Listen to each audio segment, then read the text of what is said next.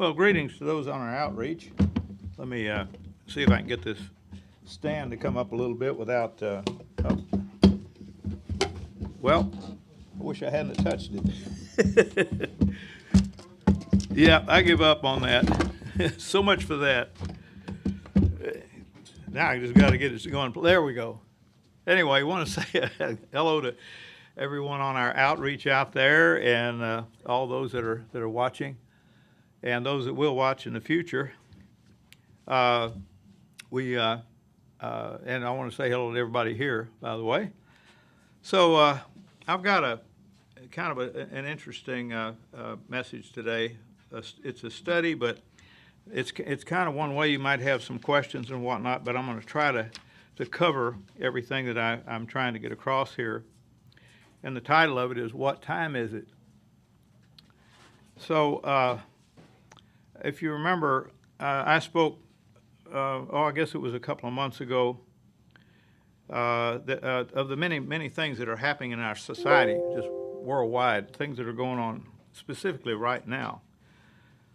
And I can remember quite plainly back in the 70s, I belonged to the Worldwide Church of God, which was a pretty big commercial operation. I think they had like 150 members and that sort of thing worldwide.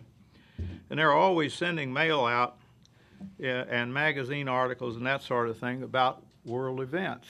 I mean, they were really big on that because they thought that Messiah was going to come.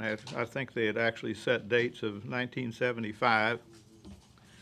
Well, anyway, so they figured that the Messiah would return in a very short time back in those days. Well, they went so far as to send out set dates, like I say, and for Messiah's return. And I'll never forget the conversation that I had with a man that's in this room here by the name of Tom Collins and another brother that I had back in those days. I think it was probably around 1974 or 5. So that was Tom Collins and Ken Johnson. And that's this 50 years later than that, about approximately. And guess what? Messiah hasn't returned. So, there were a lot of dates set in the past. We've just recently, in the last couple of years, managed to get through this recent COVID-19 pandemic thing, which, it alone has changed all kinds of things on a day-by-day basis, and and the habits that people have. There's you still can't go to a hospital. I was in one yesterday, and you can't go to a hospital without wearing a mask, and the social distancing signs, they were still all around on the floor and that sort of thing. So it's the kind of thing that with our various electronic devices and with all of our a lot of people now they're working from home because of the pandemic thing in the past. And like many others, I've spent quite a bit of time on the internet trying to get information about what is really going on in this, I use the term crazy world, for lack of a better way to put it. It's a mixed up, modern world. It's not, I'm elderly at this point, and things are vastly changed from the time when I was a kid. And we're told to watch. So guess what? I watch. That's what I've been doing for the last several years, matter of fact. So that's just an advantage of being retired. And I'm grateful that I'm able to be retired. So, life is good at this point. Well, I have the time that, most people are, tied up with their rather complicated lives, especially the young people, taking care of kids, trying to earn a living, and dealing with many facets of modern life in general. I mean, it's a busy world. that nothing seems simple anymore. And everyone I know, including myself, is connected to a device. So, okay.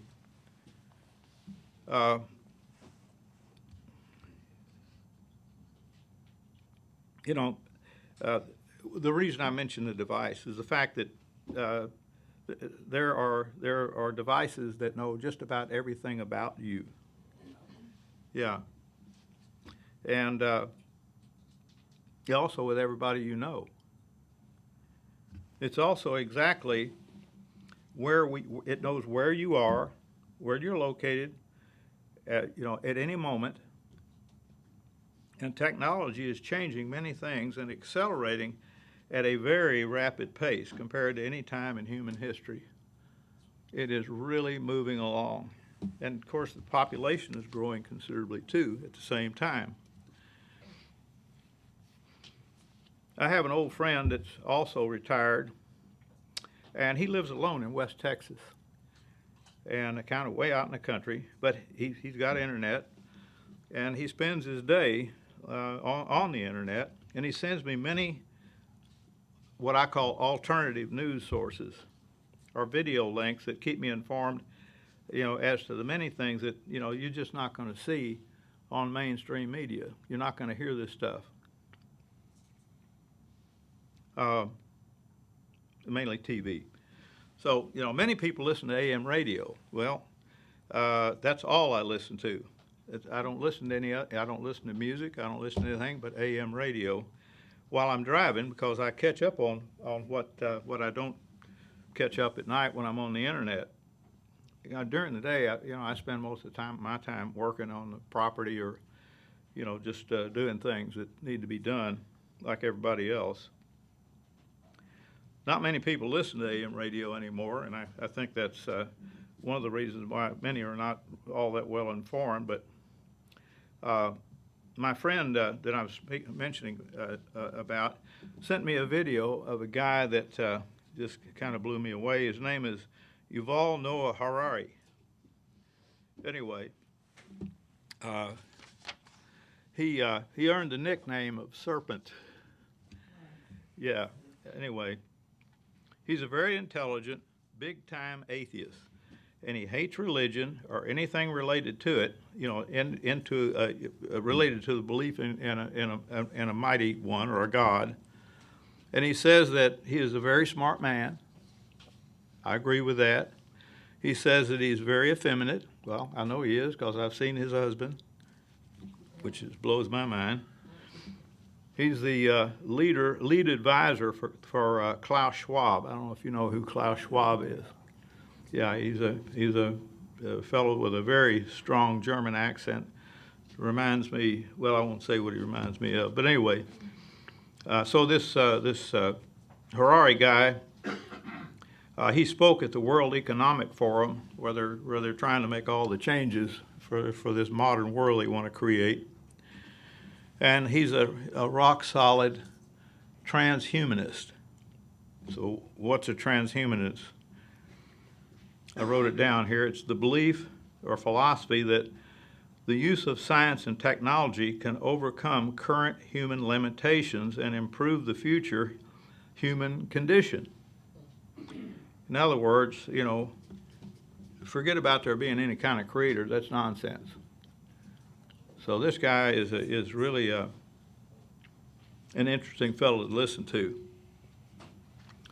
So I sent a video of this Yuval Harari to a cousin. It's actually my wife's cousin. Anyway, he said that he read his wonderful books that he published, this Harari fellow. And I wrote him back, and I said to him that the proof of a creator, because he was getting into this discussion with me, I said the proof of a creator is reproduction. And I've studied this for a long, long time. That's one of the very first things I did before I ever started looking at the Bible, was to figure out what life's all about. And I decided that I had to study evolution, and I found evolution to be a false thing. But everything reproduces its own kind.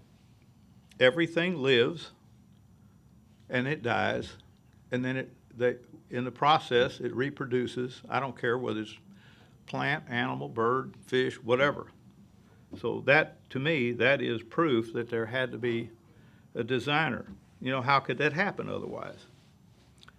So what are the odds of a single living cell come into being without some sort of a designer or a creator? I mean, it's just impossible. Have you ever looked at a diagram or something of how complicated a living cell actually is? I mean, it is really a complicated factory. It's like an entire city with all of the functions of any big city in one cell, and we're made of billions of them, or millions at least. I guess billions. I don't know. So anyway.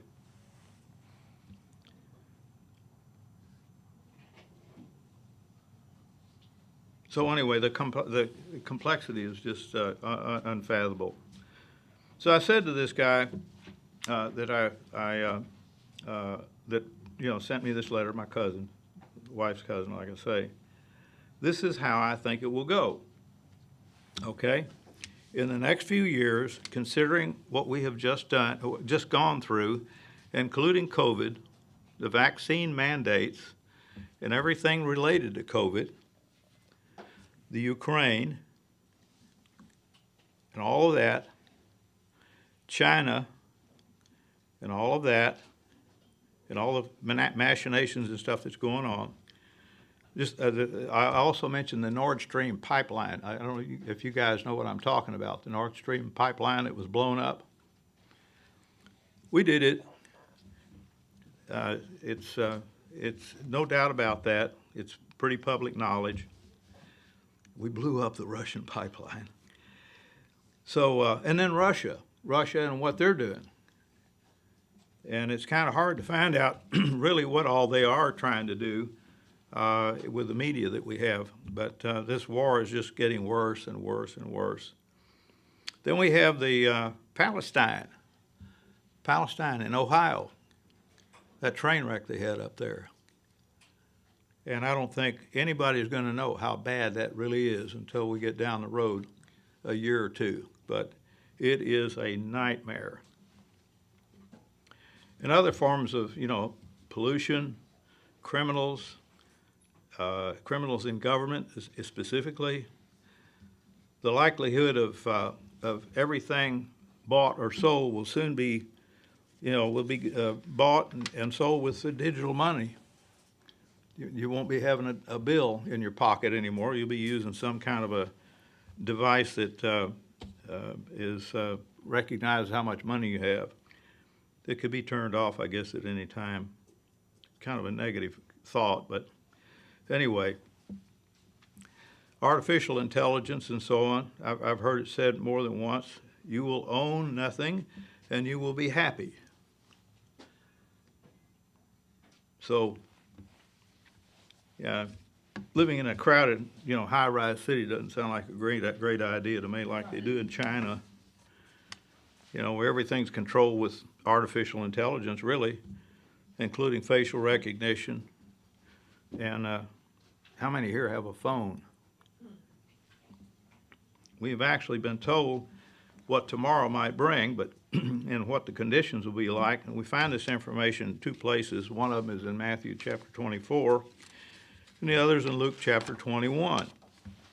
And as you know, I wasn't here last week, and I really tried to get in on what we were doing, and so the audio wasn't really enough for me to understand on YouTube. So anyway, instead, I just want to think that I think that we need to know about the non-existent, not too distant. Excuse me, I can't even read my own writing. Not too distant future. I mean, down the road, we've got a lot of things coming up. And what I want to start with is also out of Matthew, which is also in Luke. So what I want to do is read the relevant verses in Matthew chapter 24 to start with, because it's possible some of us sitting here could actually be involved with what is prophesied at the end of this age. So go to Matthew 24. This is kind of it's probably not going to find this exactly the same in your Bible, but the words and the terminology and the meaning is all correct. And I want to start in verse 3. So pardon me while I keep my head down and I'll read this. It says, as he, that's Joshua, was sitting on the Mount of Olives, the disciples came to him privately saying, "Tell us when these things be. What is the sign of your coming and of the end of the age?" Joshua answered them, "Be careful that no one leads you astray, for many will come in my name, and saying, 'I am the Christ,' and will lead many astray." And I want to emphasize that word "many." "You will hear of wars and rumors of wars. See that you not be troubled, for all this must happen, but the end is not yet."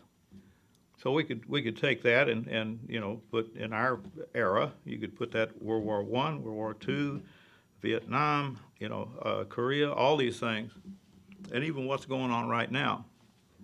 But this may be the beginning of it. You never know. Picking it back up.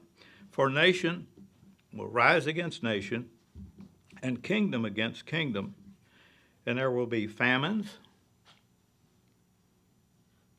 This is affecting the people, not the war going on, but what's the result of it. Famines, plagues, well, we've had a sample of one of those, and earthquakes in diverse places, or various places. Well, everybody aware of the one that happened in Turkey? Boy, it was a catastrophe. So I'm writing this after it happened, but I'm just really surprised with that. And the pictures I've seen are just devastating. And many, many thousands of people died in that thing, apparently. Number 8, verse 8. "But all these things are the beginning of birth pangs. Then they will deliver you up to oppression." So apparently this is getting really close to the end, but it's also happened anciently.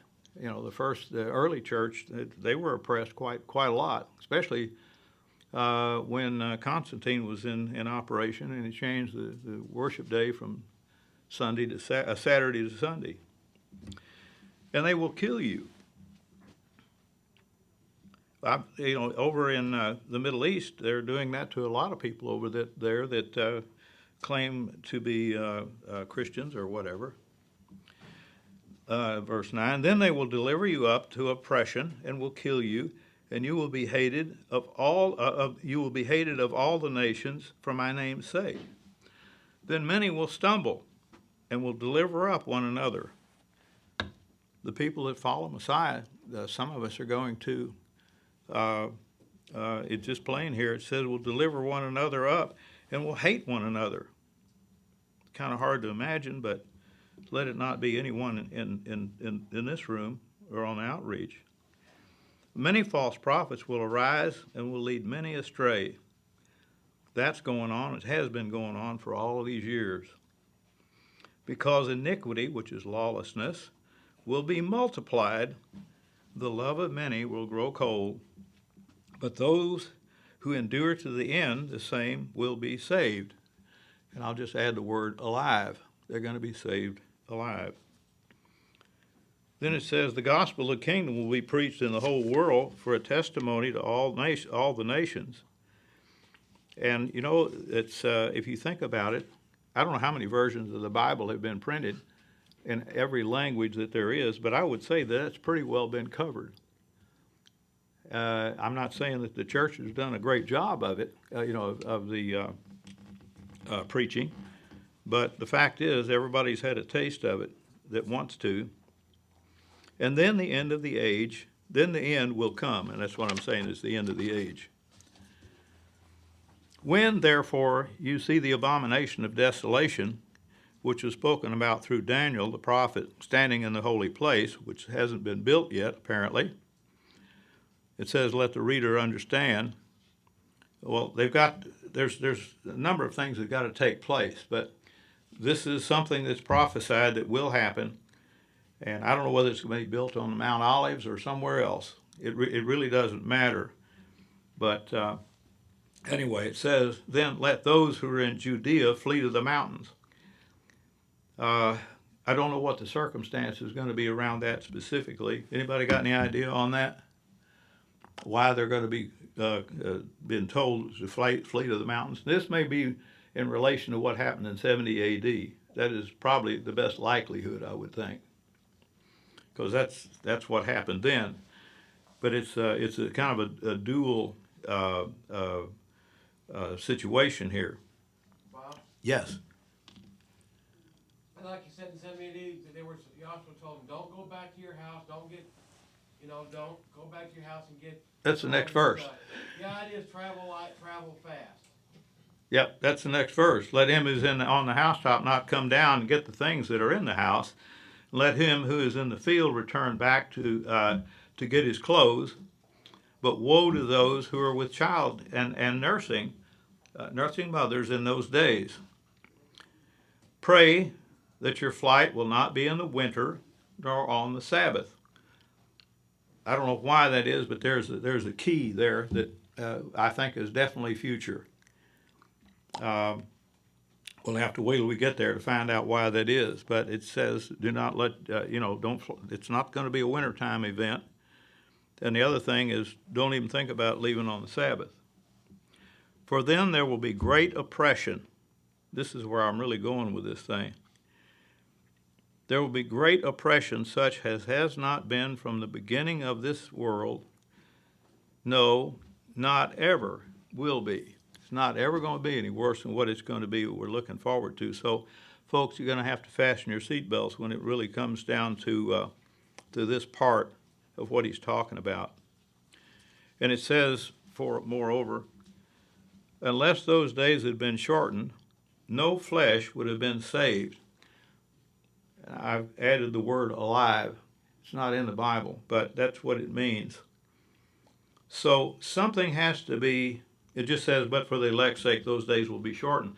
But the point is that there's, whatever this is speaking about is going to be so bad that it can wipe humanity off the earth.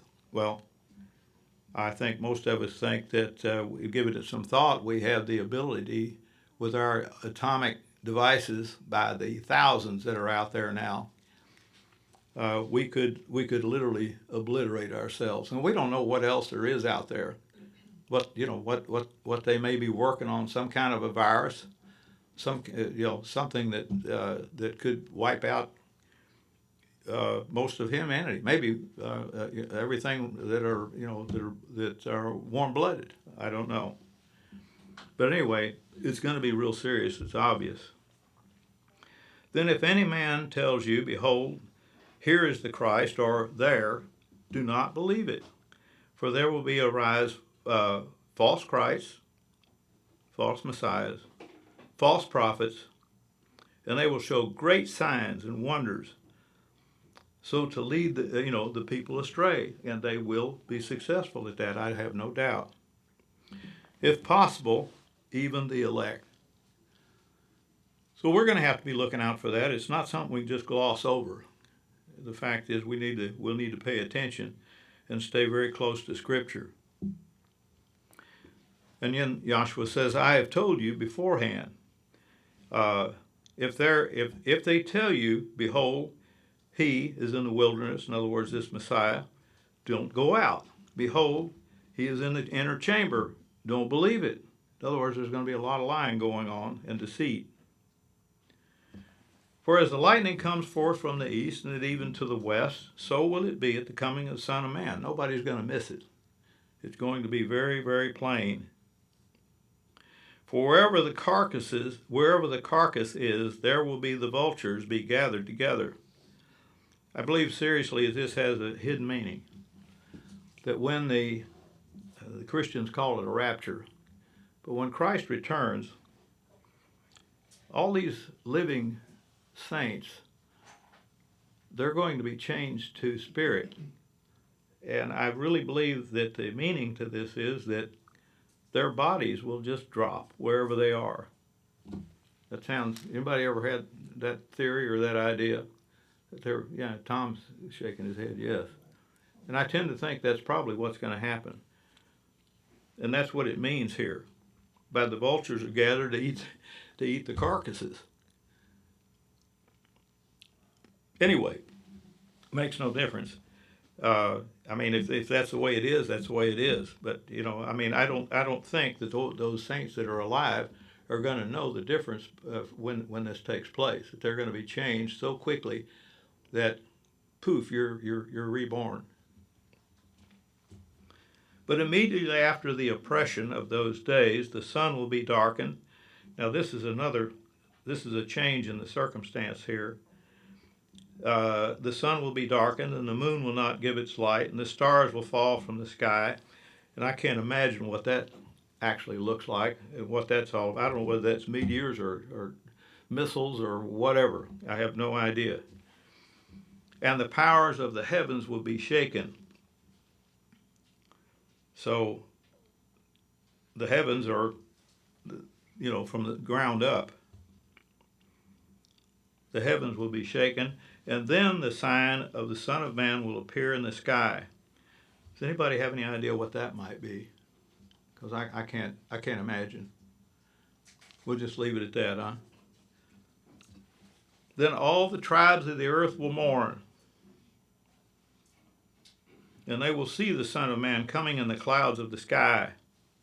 It's going to be visible, quite, with power and great glory.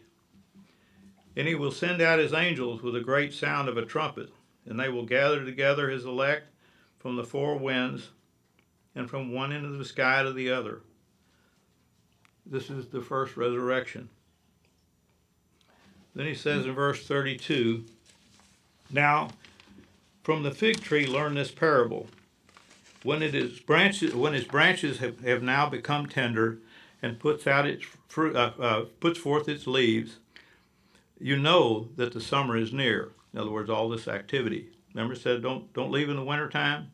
Now we're talking about the summer. Even so also, when you see these things, know that it is near, even at the doors. So apparently this is all within a framework of a particular summer. That's just the way it looks anyway. I'm not sure, absolutely sure about any of this, but I'm pretty sure about that. Even at the doors, okay. Most assuredly, I tell you, this generation will not pass away until these things are accomplished. Well, how long is a generation? And generation is about 25 to 30 years. Curtis, go ahead. Yeah, so there's some reference to the Messiah coming back.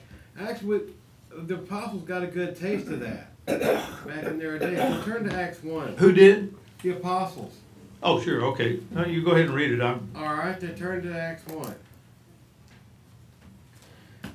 They're asking about, okay, now you're going to restore the kingdom of Israel now. Are you going to do it now? Are you going to do it? He tells them, no, just you hold on. He tells them in verse 7, he said to them, it's not for you to know the times of the seasons in which the Father has put in his own power, but you will receive power from the Holy Spirit, and it is to come upon you, and you shall be witnesses with me both in Jerusalem and in Judea and in Samaria and all the parts of the earth. And when he had spoken these things, while they beheld, he was taken up, and the cloud was received him out of their sight. And while they were looking steadfastly toward heaven as he went up, behold, two men stood by them in white apparel. Verse 11, when he said, you men of Galilee, why do you stand there gazing up into the heaven? This same Yahshua which is taken up from you into heaven will also come back to you in like manner as you have seen him go up. So he wasn't in just this, he didn't just lift his hands up and have his eyes glazed over and, float up like you see in the movies, right? Yeah. That didn't happen. No, it was quite a scene. He went up with trumpets with a whole company of angelic beings, with a whole company of angels. He went up on a white horse and a chariot, just like it matches what we read in Revelation. It's going to be an event. It's going to be quite an event. He went up basically with a cavalry charge like you never seen before. Right. And it was loud, and it was awesome, and it was something to see. It wasn't some quiet in a corner, some event in a quiet, being tucked up in a corner. It was. There's so much we could say about this. I'm going to change directions here in a little bit, but I appreciate what you added there, because it's not only happened then. It's gonna. I mean, that wasn't that. The big thing is going to happen when he comes back.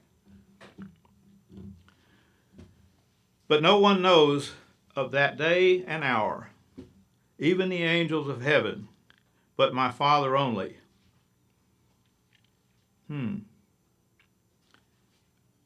Says, no one knows the day or the hour, but my Father only. What about the year? Well, I'm gonna get to this in just a little bit, because there's something I want to talk about. Verse 37. As the days of Noah were, so will be the coming of the Son of Man.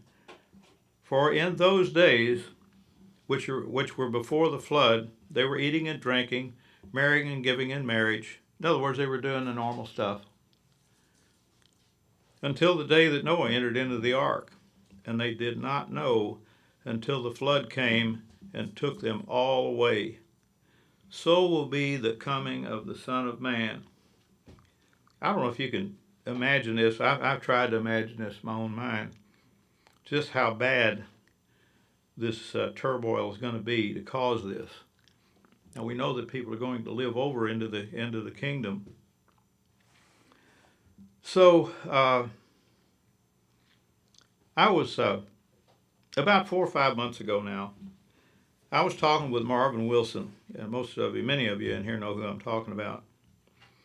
And I was talking about what he thought were going to be on the timeline of the return of Messiah at the end of the age. And we were talking about things like wars and rumors of wars and artificial intelligence and food resources and that sort of thing.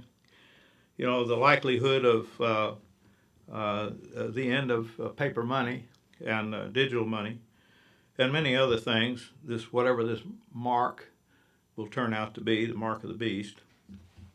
And he said to me, read Hosea chapter 6. That's what I was talking about. He said, read Hosea chapter 6, verses 1 and 2. And he said, when did Messiah die? I said, well, on our calendar study, we came to the conclusion, after a lot of study, that he died on April the 5th in the year 30 of the Common Era. And he said, what did Peter say in 2 Peter 3, verse 8? It says, well, do not forget this one thing, beloved, that one day with Yahweh is as 1,000 years, and 1,000 years is a day. Well, since I became familiar with this in Hosea, I did some research and found several videos, fairly recently actually, on YouTube. And I didn't go anywhere else to look for it at the time, but also I found an article on the group, and I think some of you know about it. It's called seventhday.info. Anybody who knows about that website? Seventhday.info. It has we're actually on that website. We're listed there, and that's where the Sabbatarian groups all around the world, in all the countries and whatnot that they could gather together, are listed. And so if you want, I thought it was interesting that we were found there. But anyway, they have several categories on their main page, and if you come to the last category, the site had a long article with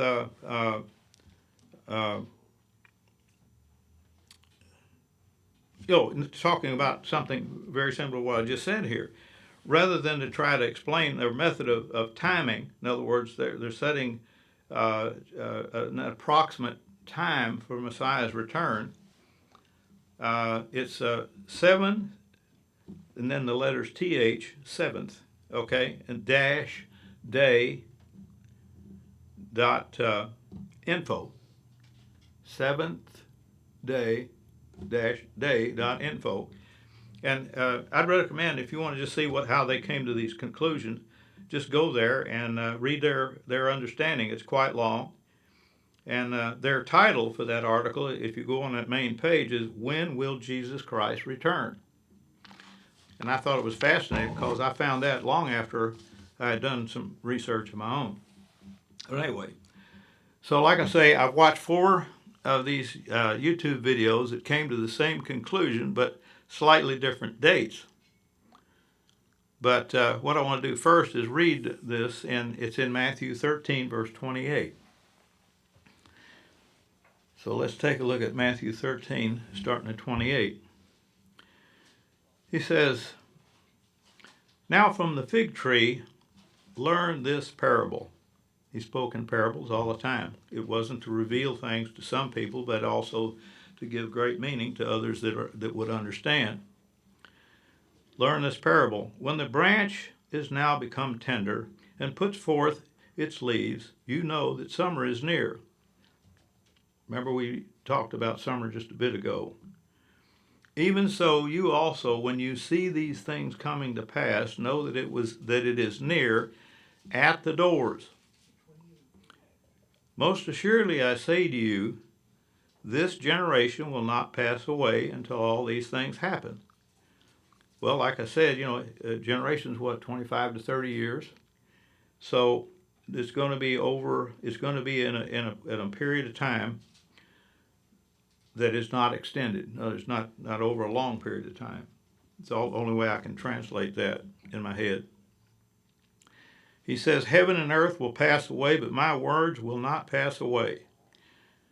But if that day or hour, of that day and hour, no one knows, not even the angels in heaven, nor the Son, but only the Father." Says, "Watch, stay alert, and pray, for you do not know when the time is." And so he was saying that to his disciples, but it's for us to read and to understand. Somebody say something? Yeah, it's Mark 13, Yeah. not Matthew 13. Yeah, not Matthew, it's Mark 13, thank you. You said Matthew, so I want you to be. Yeah, Mark 13. You know what? I did put Matthew. Oh well, somebody found it. Mark. That was from Mark. Yes. This is just a typo on my end of it. I'm sorry about that. So, pick it up. For the sake of this study, I'd like to use the term "the exact time" because of what Joshua did not say. Now, I'm not putting that exact time down to a day or anything like that. It's ridiculous. But it does give us some conditions. It talks about summer and some of these other things. So, because of what Joshua did not say, which was the year, he never said what year it would be. He just said it wouldn't. Nobody knew the day or the hour. But I started thinking about the year of this return. So that opens the door. Bob, Yes. one quick question. Yes. When does a day happen? A day? On a calendar, if you were to point out a day, when does that day happen? It happens within a year, right? A day happens within a year. Every day happens within a year. Sure. Yeah. So, What I'm talking about here is not necessarily accurate at all. I'll get to it here in a little bit. okay, I just wanted to point out, when you say he doesn't mention the year, Yeah, you don't have to, because a day happens within a year. right. So. But I mean, it's almost like he left that out on No, purpose. that's what I'm trying to But, tell you. well, You let's leave see. it out. Let's see how it goes here. This is not going to rock the boat. So In other words, he wasn't specific on the exact time, but he's very close to it because of what Joshua did not say will be the year, like I said, of his return. So that opens the door to the approximate year of his return, give or take a few years. But we got to continue on. So let's take a look at Hosea 6 and see what you make of it. This is the core of what I'm talking about now. But first I have to read what makes this worthy of discussion, and it will be found in 2 Peter 3 verse 8, where he says, "But do not forget this one thing," and I mean he made this really a point. "Do not forget this one thing, beloved, that one day with Yahweh is as 1,000 years, and 1,000 years as one day." That comes, I think that's out of Psalm 90, if I'm not mistaken. So we'll come back to 2 Peter in just a few minutes when I go further along here and see how I've fit this together. So now what I want you to do is listen really closely to these three verses and see if you don't see the same thing that I've come to believe in light of everything that we've heard so far. So Hosea 6 verse 1, and I'm going to try to emphasize the parts that really struck me. First of all, it starts off with, "Come and let us return to Yahweh." Okay, and it says, "For he has torn us to pieces." He has torn us to pieces. Well, what happens to you if you're torn to pieces? Anybody? I've seen animals torn to pieces. What happens to them? You die. And he will heal us. He has torn us to pieces, and he will heal us. He has injured us, and he will bind up our wounds. I think this is very, very interesting, the way this is said, because it seems out of context of what's surrounding this in Hosea. It was just the three verses that I found this. And he will bind up our wounds. After 2 days, he will revive us. Well, now, you'll see here. After 2 days, he will revive us. Well, if he's torn you to pieces and you died, if he revives you, you've been brought back to life. Am I wrong? On the third day, this is the key, on the third day, he will raise us up. Here's the big key. And we will live before him. Makes my hair stand up. Okay, then verse 3. "Let us acknowledge Yahweh. Let us press on to know Yahweh. As surely as the sun rises, Yahweh will appear." Well, he will come to us like the rain, like the spring rain that waters the earth. Who was Yahweh of the scriptures when this was written? The same individual that was born flesh by the name of Joshua. It seems pretty obvious that this has to do with what we could expect as a result of Matthew 24 and Luke 21. He will revive us. Sounds like a resurrection to me. I could be wrong. But a lot of saints are going to die, according to Revelation 20, verse 4. Talks about those who had their heads cut off and that sort of thing. Doesn't the word "torn us to pieces" indicate such a thing? That these people are dismembered. And then Revelation 20 verse 4, it says, "I saw the souls of those who had been beheaded for the testimony of Joshua." So what I want to read now is I want to go back to 2 Peter again, where I first said that about the day, but I want to start in verse 1 and just read this and see what may be going on in Peter's mind in this letter. So it says, this is now, beloved, the second letter that I have written to you. In both of them I stir up your sincere mind by reminding you that you should remember the words which were spoken before the holy prophets. And I've inserted, how about Hosea? Because this is where I think he may be pointing.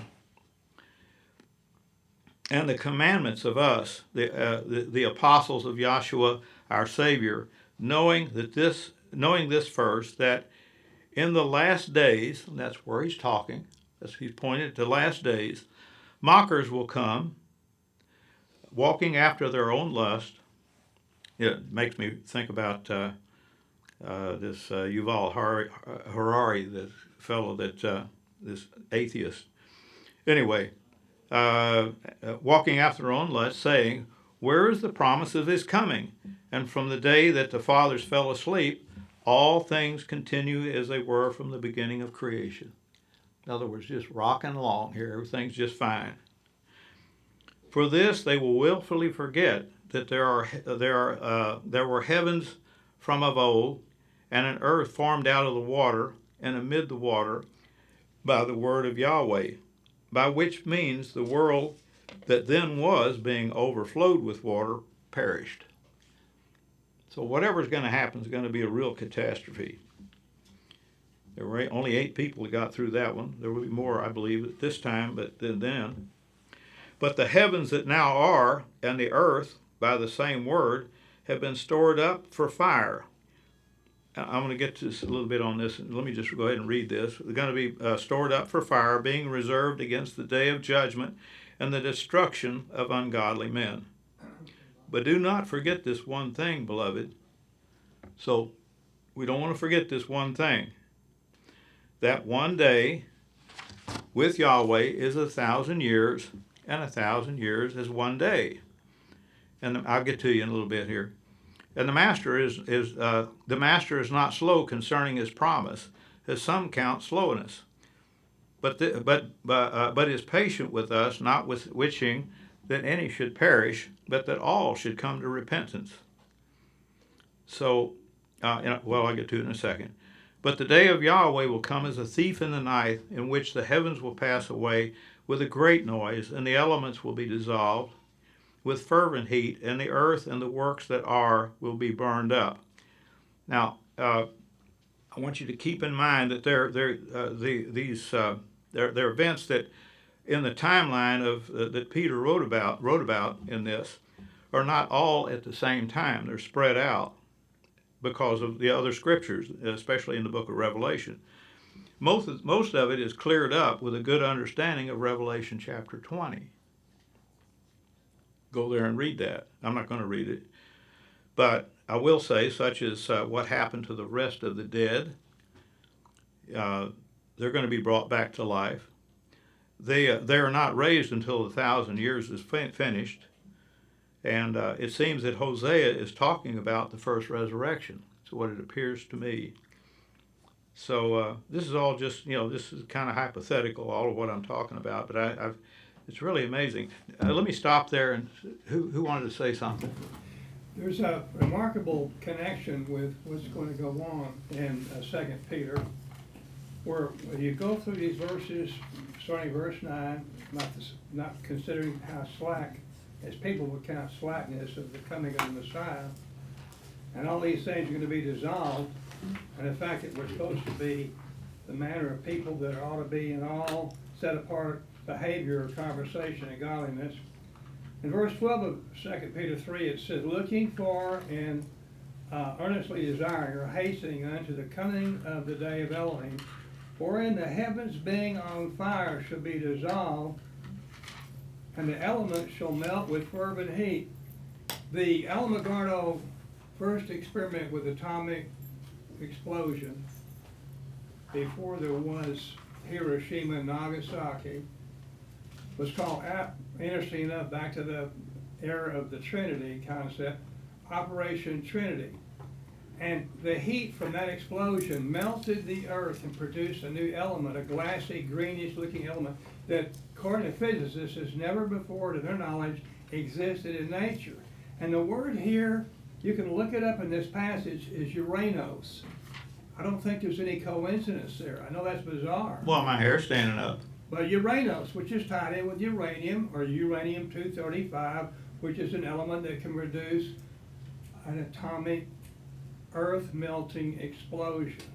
It's all buried in here, and our salvation isn't dependent upon it, but certainly I think it's Well, fascinating. that's right. Our salvation doesn't depend on this, but But necessarily, so many of these scriptures have a deeper level of meaning if we're watching and praying always, as we're commanded to escape all these things. They and call stand those before the mysteries. Son of Man.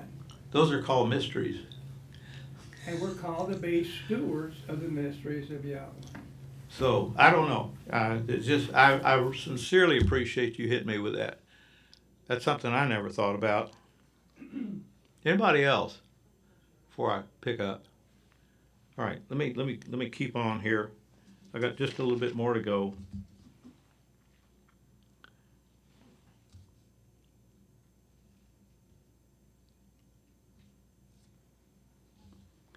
So anyway, 1 Corinthians 15 verse 4, just one verse, says that he, Joshua, was buried and was raised on the third day. There's that term again.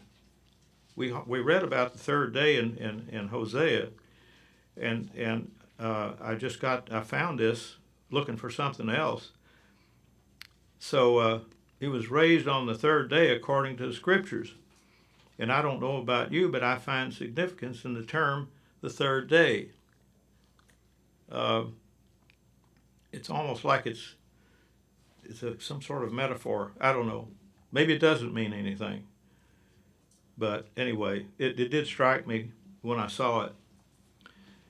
So, like I said, or what I'm thinking, this is not really something pleasant to talk about, but we have to face the facts of the time in which we're living. And this is the message I'm trying to get across after all is said and done. One large atomic blast above the United States could set us back to the year 1910. I've thought about this a lot. I live out in the country. And 100 million people, I figure, or maybe more, probably even more, would die within the first few weeks. Look around and ask, what will the things be like in just 10 more years? Unless we're not paying attention to what's happening with the food industry, the economy, Satan being turned loose. He may have already been turned loose, but I don't think so. Overpopulation, in other words, not making enough resources to handle the population. People starve to death and that sort of thing. Corruption everywhere. I mean, I see corruption in my alternative news media. It's just unbelievable what some of these people are doing. Things are going to change. That's all there is to it. It's not talking about the next 10 years. And that's within the time frame that what Hosea is talking about. That's part of what I'm trying to get across also. When robots and AI, artificial intelligence, are doing all the work in 10 years, and the population grows, what are people going to do to support their families? Go on YouTube and watch and listen to what this guy's name is, Yuval, but it's spelled with a Y. If you want to write it down, I want you to go and listen to what this creep guy says.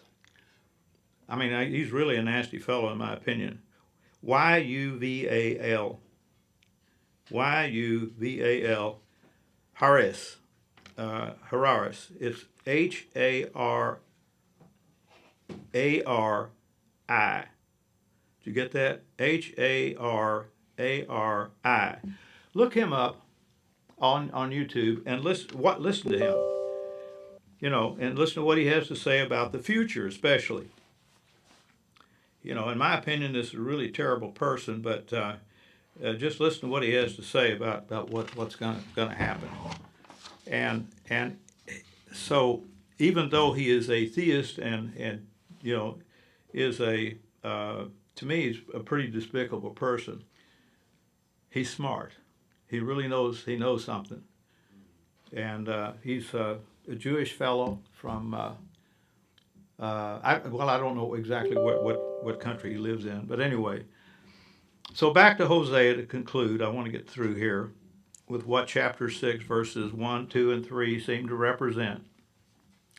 First is the term 2 days. Well, 2,000 years as one day would equal the 2,000 years. And when did Joshua die, in other words? Well, we found out it was in 30 of the Common Era. 2 years equals 2030. Give or take 2 or 3 years. We don't know. It doesn't say. It just says nobody knows the day or the hour. But we're getting pretty close here with a year. If you go, give it a little bit of slack. Let's see. This, like I say, this is only a guess, and on what we've read, the third day is no mistake. There can't be a mistake in that. On the third day, he will raise us up. So, and we will live before him. That's the key phrase. So the only possible way that this can happen is the first resurrection at Messiah's return to set up the kingdom of Yahweh. We read about this in 1 John 3, verse 2, where it says, "Beloved, now we are the children of Yahweh, and it does not yet reveal what we will be, but we know that when he is revealed on this third day," I've said that, we will be like him, for we will see him just as he is. So, what we do, regardless of this theory, whether it's true or not, I want to read one phrase out of one verse out of Mark 13. This is Mark this time, and I may have messed it up again. I don't know. It says, "Watch, keep alert, pray." That was 13:33. Watch, keep alert, pray, for you do not know when the time is. My point in all this is that we might have a clue as to what time it might be, in a general sense. And that's what I have for a message today. Has anybody got any comments about it? Thomas? You got a lot of comments. Well, I'm trying to hold back so other people know. Oh. But I could ask you what day and what hour you even possibly know that you were born, and you would give that to me. But then I would have to know more specifics and say, yes, Bob, but what year were you born? Because then we get into targeting a very specific situation. Now, when I read in Revelation 3, and I should just read this short section. Please do. Unto the angel, the set apart, or the messenger of the assembly in Sardis, and you can do research on the origin of the name Sardis, and it's interesting, but these things says, he that has the 7 spirits of Yah, or Elohim, and the 7 stars. I know your works, that you have a name, that you live, but paradoxically it's saying, and are dead. Be watchful and strengthen the things which remain that are ready to die, for I have not found your works perfect before Yah. Remember therefore how you have received and heard, and hold fast, and teshuvah, repent, turn back to me. If therefore, notice this in verse 3, if therefore you shall not watch, I will come upon you as a thief. What? Come as a thief in the night, I will come upon you as a thief, and you shall not know what hour or time, kairos in the Greek, I will come upon you. You have a few names, even in Sardis, have not defiled their garments, and they shall walk with me in white. Yeshua is pictured in white garments. It's in a glorified state that John sees as we read a little bit earlier in Revelation. Right. He that overcomes the same shall be clothed in white raiment. And I will not blot out his name out of this is end time stuff here, out of the book of life. For I will confess his name before my Father and before his angels, the righteous angels, the set apart messengers. He that has an ear, let him hear what the Ruach says unto the assemblies. So he's saying, if you're not gonna watch, you're not gonna know the specific time. I get the So there's picture this now. balance point between those that don't have any ability. When I was in my hippie days, long hair, smoking dope, doing LSD, one of our favorite songs we used to listen to from a group called Chicago Transit Authority. And it was called, Does Anybody Know What Time It Is? And Does Anybody Care? And how prophetic that turned out to be to what you're teaching about, brother, today. All right, I'm done up here. Anybody else got a comment? Robert, yes, loud, please. So if you choose not to pay attention to all the stuff going on in the world, are you gonna be caught unawares? You know, Well, I mean, it's just an awareness of it. It's not that we're participating in it at all. All we're doing is, with our eyes and our ears, we hear these things. I mean, we have no business with it. true, we have no business with it. But what I'm saying is it more important to recognize and be looking at all the things going on in the world to figure out where we are in time? Or is it more important to focus on Yahweh and to prepare your heart? Well, to be obviously. prepared in that- I mean, that's the because- forefront of everything that we do. Because when you go to Matthew, when you read in Matthew 24, the first thing that Joshua said in answering, he warned them to not be, let me go back there. He says, take heed that no man lead you astray. So you have to know what truth is. You have to know what the word Yahweh is. You can't be alert to somebody pointing out all these things that get people to take their focus off of Yahweh and to be concerned by so much going around them. It's a distraction. You know that people are going to be doing that, especially in the ministry. They're gonna hate our guts for what we think. Yeah. They're gonna hunt us down, ultimately, so. So Yahshua says, be not troubled. He says, see that you are not troubled. Then he warns that many are gonna stumble. So it's because their focus is not in the right place. Their focus is on what's going on in the world around them. I agree with you 100%. To look up to see what your deliverance comes. So if you're building your trust and faith in Almighty Yahweh, then the stuff in the world is not gonna come near to you. It's not gonna harm you. It's not gonna draw you away. It's not gonna cause you to stumble. It's not gonna cause you to, we gotta, because, yes, I've seen some of these things I don't pay attention to because it doesn't instill in me trust in Yahweh. It instills fear. When people are watching and saying, oh, watch out for this and look out for that. Oh my goodness, look what they're doing here. And all. That doesn't build your trust in Yahweh. It actually diminishes your trust in Yahweh. Yes, it instills can. fear. I agree with you 100%. It can do that. The idea is don't let it do that. So I just don't. We have to look stay and pay focused. attention to it.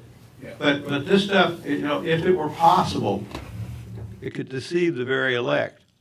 So we have to be very, very careful as we go through these times. I mean, I do feel pretty seriously about the fact that we're at the beginning of it. I hear a lot of scuttlebutt about it, and I do agree that we're probably entering that age.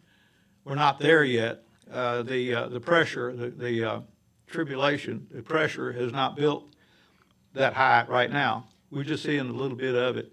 But I think as we rock along, and I really think probably within the next 10 years, we're gonna see some massive changes on this planet. Yes? I wonder if saying this is creating the distraction. So if Joshua says, nobody knows but the Father, and then we take it upon ourselves to predict the timing, aren't we saying that we know as much as the Father does, or we are Yahweh? Because we're trying to figure out what Yahweh knows. We don't try and figure out what Yahweh knows on anything else but this particular point. The day Yeshua died was the day that the end began. So if the end began then, and we're here now, why are we worrying about the end now when we're supposed to be worrying about our faithfulness? Basically, what you're saying is correct. But the thing is, Satan is going to be turned loose, and deceit is going to be everywhere. So should we be the ones deceiving other people by saying this? We should be the ones that are No, saying. I think we should make them aware of it. But you just said that you making them aware of something that you think might be correct. But what if you're wrong and you're sharing this message with people who believe you because you're sharing it, but it's not the correct message? If you're saying, What? if you're saying that the end is near, and in 10 years, The end of what? if you're saying that the end is near and you said in 10 years, Oh, um, but wouldn't that make me scared? Like as a normal person? if hey, look, they're gonna be coming after us to cut our heads off, which is a lot worse than what I've been talking about. Right, but that's not what we're supposed to be focused on. No, it's not. So why, but if you're, I'm just, If all you're I wanna do telling us is this, then that make means us that you're- aware of what we are going to be facing in society, especially as we go along. We need to know what these things, what we're up against. We're up against a horrible enemy, and he's gonna be turned loose. but we're. And they're but gonna we're go be out and come after, saved. pardon? But we're, if we believe and do what we're supposed to do, then we are going to be chosen, but it's. but you're I'm creating- speaking to us in here, you know, not the world. Well, we're on the internet, so you are Well- speaking to the world. Good, maybe they'll change their way and actually try to obey Yahweh instead of, you know, just letting, you know, going to church on Sunday. So I don't know, it's just, these things are written in the scriptures for a reason. And, what I wanna do is just, you know, bring this to light and realize that we're gonna have to be tough. When this comes to pass, we're gonna have to be tough folks and be able to handle it. Now, we're going to be given protection, but some of us are gonna end up, you know, it says quite plainly in Revelation 20 verse 4 about those that are beheaded for Messiah, and it's talking about the end days. I mean, it's gonna be nasty. So, I just wanna make us aware of the fact that there's, you know, more to it than just, you know, coming to Sabbath services. I mean, there'll be a time maybe we won't be able to come to services. We're gonna have to stay on our own. We're gonna have to keep our faith up. So, I don't know. I hope I want to make people aware. I don't want to scare you to death. But on the other hand, you need to know these things. I do believe. I mean, am I on the wrong path? I mean, I hope that I'm doing a service. Yes, by the way, go ahead. Okay. No, I was just going to say, right after Matthew 24, we go into Matthew 25, Yeshua himself said to watch the things that are going on. And this is throughout Scripture, you're told to watch Ezekiel. I agree with you 100%. So the reason we watch is not so we can be scared. Or wring our hands. It's so we can say that what Yeshua said was true. It's to strengthen our faith. But what are we watching? Are we watching the right thing, or are we watching? the We're wrong watching thing? what's going on in the world to see that what We're not Yeshua said was participating in true. it, though. But if you're on the internet all day long, you are participating in it. And All if day you're, long. if you're watching the wrong thing, then you're gonna believe the wrong thing. So what are we watching? Are we watching? Well, The truth, I'm or are we interested in the watching fact lies? that the United States is, you know, pushing Russia's buttons and China's buttons, and so all it's telling me is we're in the period where we have some wars and rumors of war. I'm here. I'm coming to Sabbath services. I worship. I pray every day, and you know, I just feel like we need to realize that there's some nasty stuff out there. Don't plan on, you know, roses and sugar. It's not always going to be that way.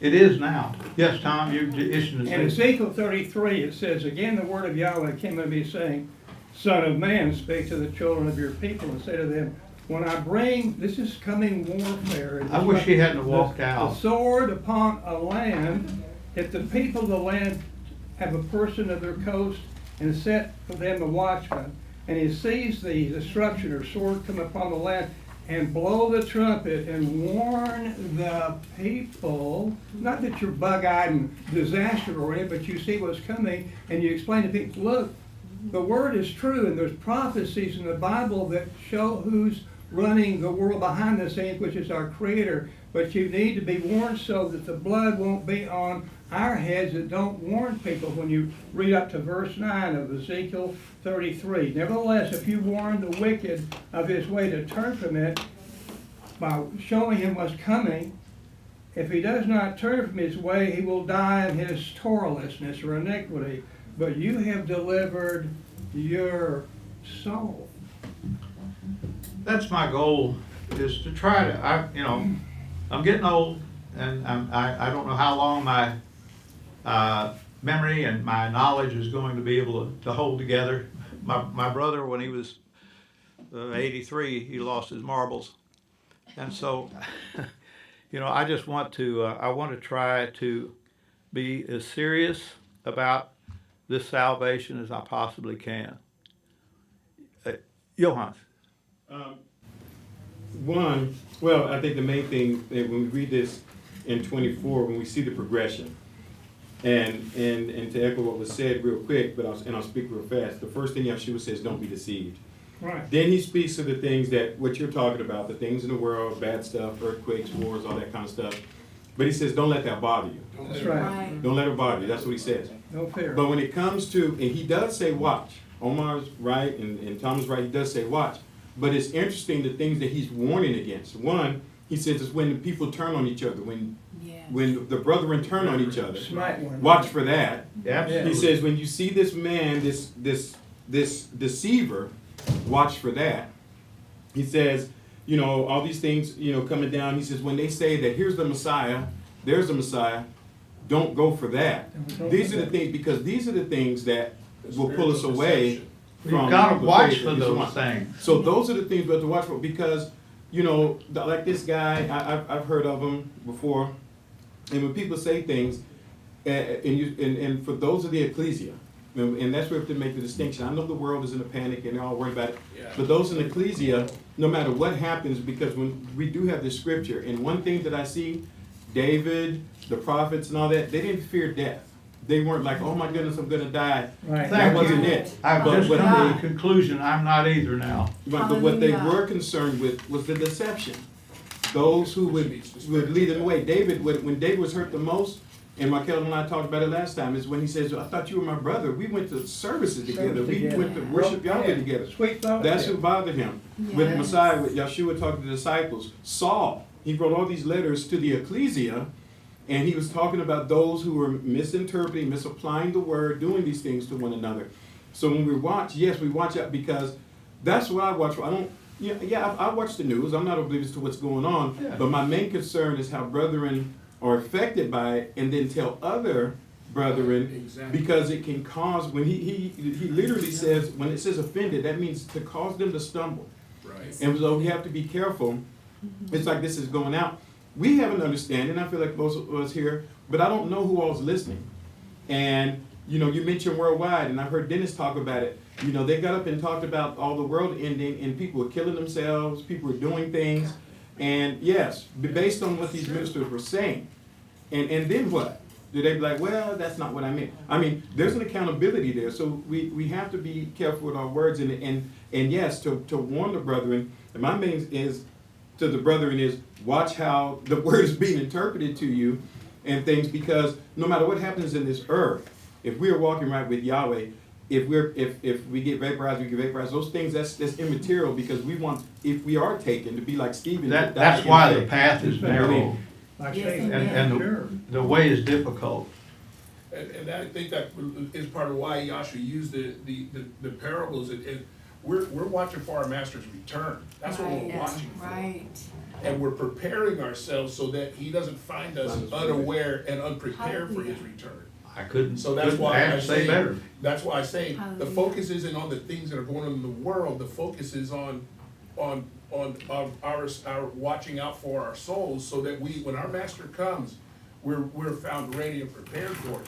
Now, what do we do with others? We proclaim the kingdom of Yahweh is coming, and we also proclaim his judgment comes with it. So when we are speaking to the people around us or anybody, we encourage them. We're not pointing out what the government is doing and artificial intelligence and virus this and all that. We're pointing to the hope that we have in Messiah Yahshua, and that hopefully that Yeah, they will what prepare you're saying, themselves what for you're his- saying, I agree with. prepare themselves for his return. That's the watch So that we be it. engage in. We're getting really, That's the watch we engage Yeah. in. Yeah, no, I was just gonna say, I mean, that word revive, and I don't even know what that is in Hebrew, it might look different, right? So I was just looking at all of third day. On 2 Kings 25, it was to Hezekiah, and he did the whole, bringing the law back. He said, return and say to Hezekiah, the leader of my people, thus says Yahweh, the Elohim of your father David, I have heard your prayer, I have seen your tears, behold, I will heal you. On the third day, you shall go up to the house of Yahweh. Then we know afterwards he was added 15 years, right? So, but I think that verse in Hosea could look very different from what you are I describing. think it's like many things in the Bible has a dual meaning. Yeah. That's, I don't doubt that. Okay. Anybody else? Yes, So the thing is, some things we just don't know. say what? I said, so the thing is, some things we just don't know. And so what we are called to do is to just have joy and Well, have life and have it abundantly, and Obedience. keeping watch of amongst ourselves, yes. ourselves, keeping watch of Uh-oh, we're running out of time. our heart. That's it. Yeah, no, I agree with that too. All right, let's take a break and try to smile.